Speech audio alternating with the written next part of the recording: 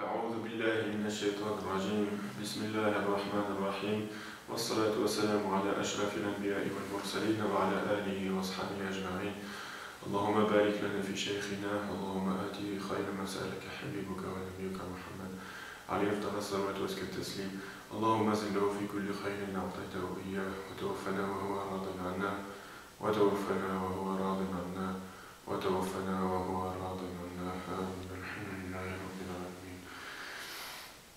Je voulais juste simplement, par l'intermédiaire de cette vidéo, revenir sur un point, une question qui est régulièrement soulevée, quand nous témoignons, après en fait le témoignage de la vision de la lumière chez les mollets de Kali, en fait les gens demandent quelle est la véritable nature de cette lumière. Et d'autres personnes aussi demandent de quelle manière cette lumière mohammedienne permet donc la rencontre du moulid avec le prophète sallallahu alayhi wa sallam, une rencontre particulière. Une rencontre qui se fait donc, comme on le remarque dans les livres du Tasawwuf, qui se fait donc au cours du cheminement spirituel. Donc, cette lumière, pour commencer déjà se faire une idée de quoi le sujet va traiter, une idée comme ça de la question, on peut se référer au hadith Qudsi dans lequel Allah subhanahu wa ta'ala dit لما أردت أن أخلق الخلق قبضت قبضة من نور فقلت لها كوني محمدا ثم خلقت من نور محمد كل الأشياء. C'est-à-dire, lorsque j'ai voulu créer la création, j'ai pris en quelque sorte une poignée de ma lumière et je lui ai dit sois Mohammed. Et de la lumière de Mohammed, j'ai créé toute chose.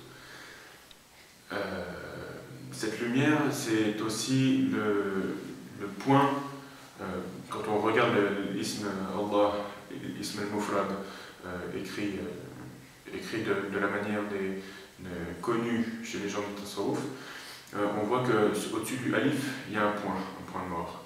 Et bien cette lumière, cette qabda nouraniya, c'est-à-dire cette poignée de lumière, c'est justement ce point-là.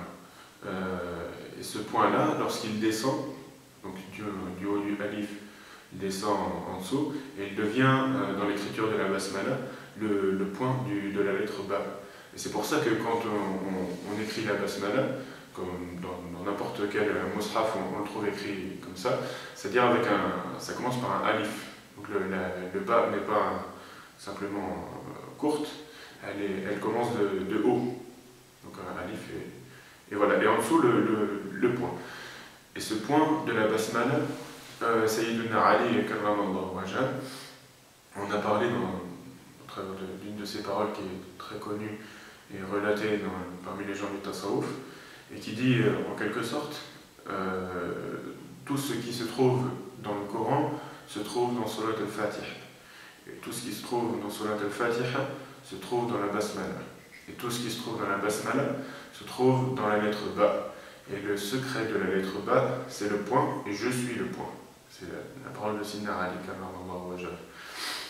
Et ce point-là, c'est-à-dire celui qui, le khabir, comme Allah subhanahu wa ta'ala dit dans le Coran, Ar-Rahman fas'al bihi khabira, c'est-à-dire le miséricordieux demande donc à son sujet quelqu'un d'extrêmement bien informé. Et cette personne-là, c'est une personne, comme il n'y en a qu'une au monde, et Sayyiduna Ali, karramallahu wajhah, a dit donc, en disant qu'il était le point de la basmala, nous a révélé qu'il était donc cette personne en son temps. Par ailleurs, cette lumière mohammedienne, Allah subhanahu wa ta'ala en parle dans Surat al-Najm, le premier verset qui dit وَالنَّجْمِ إِذَا هَوَى, c'est-à-dire il jure par l'étoile lorsqu'elle descend. C'est-à-dire, comme nous l'enseigne Sayyidina Sheikh Sidi Mohamed Fawzi al-Kalkali radiyallahu anhu, par l'étoile lorsqu'elle descend, c'est-à-dire lorsqu'elle descend dans le cœur du Mourid. Et cette étoile, c'est le point du alif de l'ism al-mufrad Allah, et c'est la Qabla al-Nouraniya, à partir de laquelle, qui est le prophète lui-même, sallallahu alayhi wa sallam, et à partir de la lumière de laquelle toute chose fut créée. Voilà. Donc maintenant qu'on a une idée de ce que c'est que cette lumière qui est placée dans le cœur du Mourid Kalkali, on peut se demander comment se réalise la rencontre avec le prophète sallallahu alayhi wa sallam, cette rencontre particulière. Alors ici, il y a deux manières, il faut savoir qu'il y a deux manières de voir le prophète sallallahu alayhi wa sallam. La première manière, c'est de le considérer comme, de le voir comme l'ont vu Abu Jahl et Abu Lahab par exemple, c'est-à-dire sous son enveloppe charnelle, corporelle, c'est-à-dire fanie, c'est-à-dire qui est voué à disparaître. Et la deuxième manière, c'est la manière de le voir de la même manière, c'est-à-dire que ceux qui ont cru, que les compagnons. Donc, et comment, on peut se demander donc comment les compagnons voyaient le prophète sallallahu alayhi wa sallam. Et on trouve à ce sujet plusieurs hadiths qui témoignent du fait qui nous montrent que les compagnons, radiyallahu anhum, comparaient régulièrement le prophète sallallahu alayhi wa sallam soit à la lune, soit au soleil. Et dans un hadith très connu, le prophète lui-même sallallahu alayhi wa sallam nous rapporte que lorsqu'il est né, sa mère a vu sortir d'elle une lumière qui a illuminé toute la pièce. Et de même, lorsque le prophète sallallahu alayhi wa sallam a fait la hijra et est parti à Médine, il est rentré dans Médine un lundi. Et ce jour-là, tous les sahaba ont témoigné du fait que chaque chose s'est illuminée. Et de même, lorsqu'il est mort, sallallahu alayhi wa sallam, c'était un lundi également, et les sahaba ont témoigné également que ce jour, que toute chose a perdu de sa lumière. Et il y a beaucoup d'exemples comme ça. Même Sidna Abu Bakr qui comparait le prophète sallallahu alayhi wa sallam à la lune, dans une lune de pleine lune où il n'y a pas de nuages. C'est-à-dire cette lumière très particulière. Et aussi, il est rapporté que le prophète sallallahu alayhi wa sallam n'avait pas d'ombre, aussi bien que face à la lumière du soleil que face à la lumière de la lune. Ce qui prouve bien qu'il était lui-même lumière, il émettait de la lumière.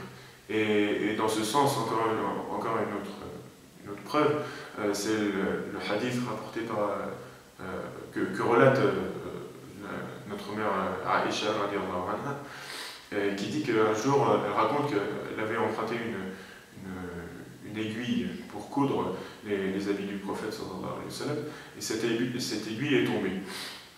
Et à cause de l'obscurité, elle n'arrivait pas à retrouver cette aiguille. Et c'est justement à ce moment-là que le prophète sallallahu alayhi wa sallam est rentré dans la pièce, et il a éclairé la pièce au point que Aïcha radiyallahu anha a pu retrouver l'aiguille.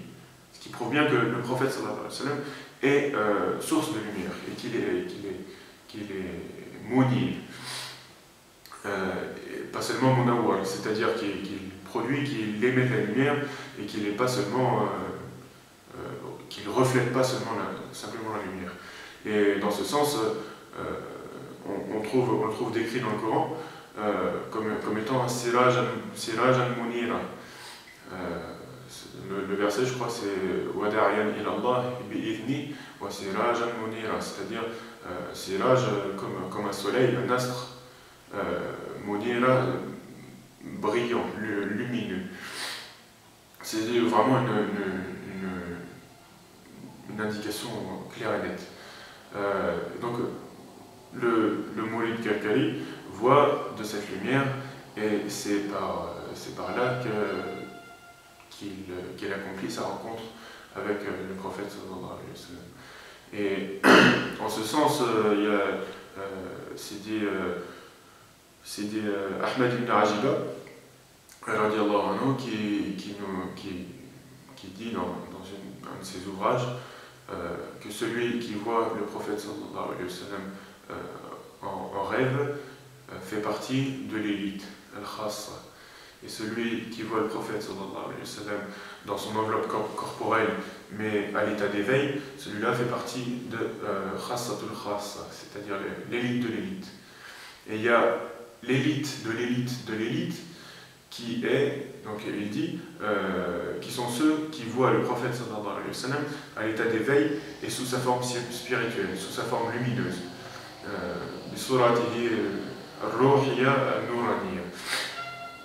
Et donc ces gens-là font partie d'un khassatul khassa, c'est-à-dire l'élite de l'élite de l'élite.